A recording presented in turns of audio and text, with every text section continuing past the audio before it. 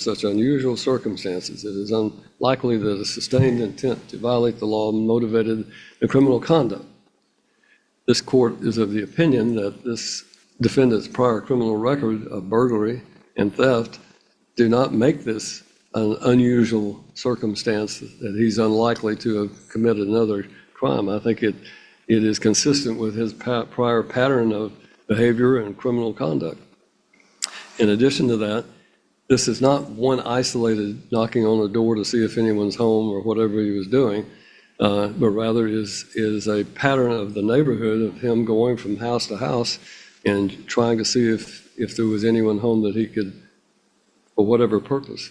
So it's not a situation where I think it's unlikely it was sustained intent to violate the law that motivated the criminal conduct.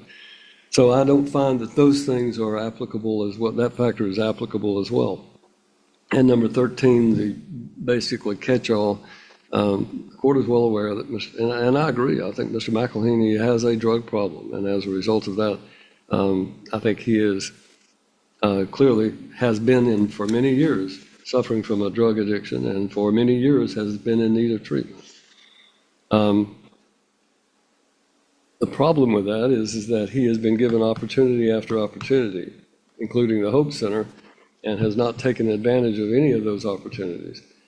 It seems to me that despite having been available treatment options for him in the past, it's like he said himself, he just wasn't ready for it.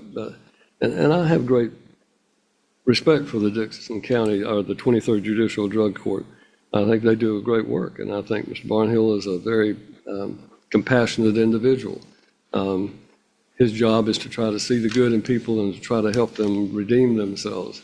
My job is to not only try to judge people as far as whether or not they are credible, but also whether or not they are willing to and undergo a treatment that would help them, but also to balance that with the respect that I have to have for the protection of the society as a whole.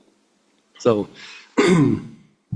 while I have great belief in the drug court program, the fact that this gentleman has been on probation over and over and over again is an indication to me that recalls the old saying that the definition of insanity is repeating the same thing over and over and over again and expecting a different result.